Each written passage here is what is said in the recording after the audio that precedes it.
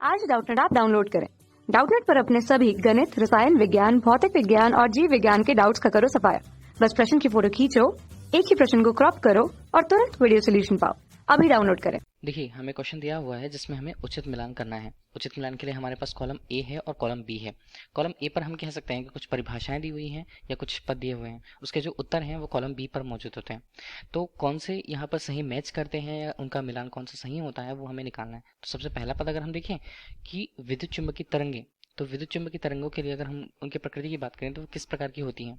तो विद्युत चुम्बकीय तरंगे एक तरह से हम कहें तो वो अनुप्रस्थ प्रकार की होती है। मतलब विद्युत चुम्बकीय तरंगों में जो कंपन के कण होते हैं वो तरंग संचरण की दिशा के लंबवत होते हैं। इस तरह हमारे विद्युत चुम्बकीय तरंगों के लिए उसकी उत्तर जो आएंगे ई के रूप में आएगा। तो हमारे लिए ई इसका पहले का उत्तर होगा। दूसरा दूसरा क्या है? दूसरा है छड़ों में रगड़ के कारण उत्पन्न तरंगे। अगर हम एक छड़ के लिए उसका एग्जांपल लें, ठीक है, तो वो क्या होगा? मान लीजिए एक छड़ यहाँ पर मौजूद होता है और छड़ के लिए उसका दो सिरा जो होगा, एक सिरा पहला ए है और दूसरा सिरा बी है। अगर हमने रगड़ उत्पन्न करी मतलब उस पर घर्षण उत्पन्न किया और घर्षण यहाँ पर जाता है ऊष्मा के रूप में। तो एक ऊर्जा के रूप में अगर हम देखें तो वो ऊष्मा है। और ये ऊष्मा क्या होती है? ऊष्मा एक स्थान से दूसरे स्थान मतलब बी सिरे तक कुछ देर में पहुंचती है या एक समय अंतराल के पश्चात वहां पहुंचती है। तो इस तरह से ऊष्मा के लिए उसके संचरण की दिशा कहाँ हुई? सीधी दिशा। जबकि अगर हमने छड़ पे उस छड़ को रगड़ा हुआ है, ठीक है, तो एक तरह से अगर उसमें तरंग उत्पन्न हुआ है तो तरंग की दिशा कहाँ हुई? तरंग के कणों के कंपन की दिशा भी इस सिरे की ए से बी सिरे के अनुदिशी हुई। ठीक है, तो यहाँ पर हम कह सकते हैं कि तरंग यहाँ पर कौन सी हो सकती है? तो हम उन्हें बोलते हैं अनुदैर्ध्य प्रकार के तरंग। तो हमारे लिए इसका उत्तर एफ होगा। ठीक, ये हमारे पास एफ हुआ। अब देखिए तीसरा तीसरा है यांत्रिक तरंगे होती हैं। तो यांत्रिक तरंगे किस प्रकार की होती हैं? तो यांत्रिक तरंगों में एक खास बात होती है कि अगर हमने ऊष्मा किसी माध्यम में यांत्रिक तरंग के रूप में प्रदान करी है तो वो तरंगे एक स्थान से दूसरे स्थान उन तरंगों के मध्य प्रत्यास्थता के गुण के कारण जा सकती हैं। इसलिए हमारे लिए उत्तर जो होगा वो जी के लिए प्रत्यास्थ तरंगे होती हैं, यांत्रिक तरंगे। ठीक, तो हमारे लिए तीसरे का उत्तर यहाँ पर किस में होगा? जी के रूप में होगा।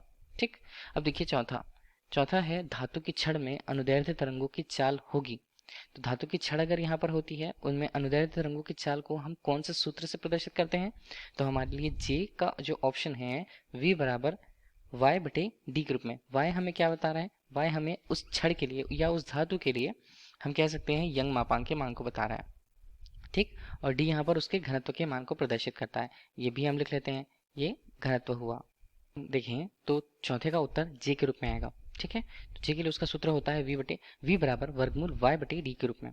ठीक, पांचवा हमें दिया है कि जब किसी स्थान पर दो तरंगे समान कला में अध्यारोपित होती हैं तो परिणामी आयाम तथा तीव्रता का मान होगा। देखिए, अगर कोई किसी स्थान पर तरंगे जो हैं, दो तरंगे हैं समान आयाम की या समान लगभग समान आवृत्ति की होती हैं, एक दिशा में चलते हुए एक स्थान पर अगर अध्यारोपित होती हैं और उस समय उनके लिए जो कला का मान है वो समान कला में उपस्थित होते हैं दोनों, तब की स्थिति पर हम कह सकते हैं कि तीव्रता का जो मान होता है, परिणामी आयाम और तीव्रता का मान यहाँ पर अधिकतम होता है। तो अधिकतम के लिए हमारे पास उत्तर कौन सा हुआ? ए हुआ। ठीक, तो हमारे पांचवा का उत्तर क्या बनता है? ए बनता है। छठवां हमारे पास क्या है? छठवां है कि जब किसी स्थान पर दोनों तरंगे विपरीत कला में अध्यारोपित होती हैं। अभी हमने पढ़ा दो तरंगे अगर हों, समान आयाम के हों और इस तरह लगभग समान आवृत्ति के हों, अध्यारोपित होती हैं एक दिशा में गति करते हुए, और उनके लिए उनकी तरंगे अगर विपरीत कला में वहां पर एक तरह से हम कहें अध्यारोपित होना, तो अध्यारोपण के बाद जो उस बिंदु पर तीव्रता का मान होता है और परिणामी आयाम होता है वो न्यूनतम होता है। तो इसके लिए हमारे पास उत्तर होगा बी। ठीक है, तो छठवें के लिए उत्तर बी हुआ हमारे पास। देखते हैं सातवां। सातवां में बोला है व्यतिकरण में। व्यतिकरण मतलब हमने व्यतिकरण की शर्तें अगर समझी तो समान आयाम लगभग समान आवृत्ति की दो तरंगे अध्यारोपित होती हैं किसी बिंदु पर, तो हम उसे व्यतिकरण कहते हैं। इस तरह व्यतिकरण में माध्यम के किसी बिंदु पर कालांतर कितना होता है? ठीक है, तो ये कालांतर का मान कितना होगा? उस स्थिति में स्थिर रहेगा। ठीक, तो हमारे लिए जो सातवां का उत्तर है वो सी के रूप में स्थिर होता है। अब देखिए आठवां। आठवां है विस्पन में माध्यम के किसी भी बिंदु पर तरंगों के बीच कालांतर कितना होता है? विस्पन की स्थिति बनती कब है? जब दो तरंगे एक ही दिशा में गमन करते हुए किसी बिंदु पर अगर हम देखें तो किसी बिंदु पर उनके लिए उनकी तीव्रता का मान घटता और बढ़ता है। तो एक तरह से दो तरंगों के लिए उनके अधिकतम मानों के लिए जो समय अंतराल होता है उसे हम विस्पन कहते हैं।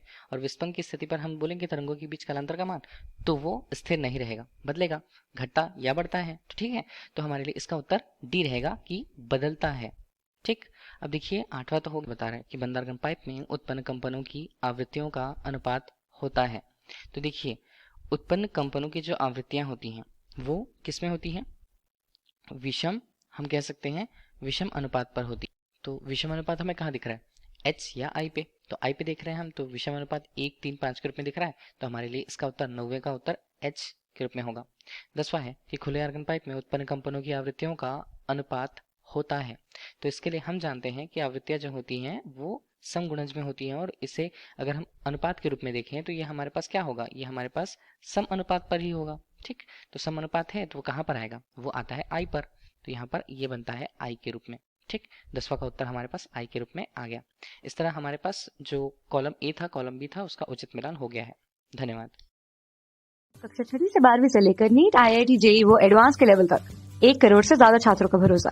आज ही डाउनलोड करें डाउटनेट ऐप या व्हाट्सएप करें अपने सारे डाउट्स 8400 400 400 पर।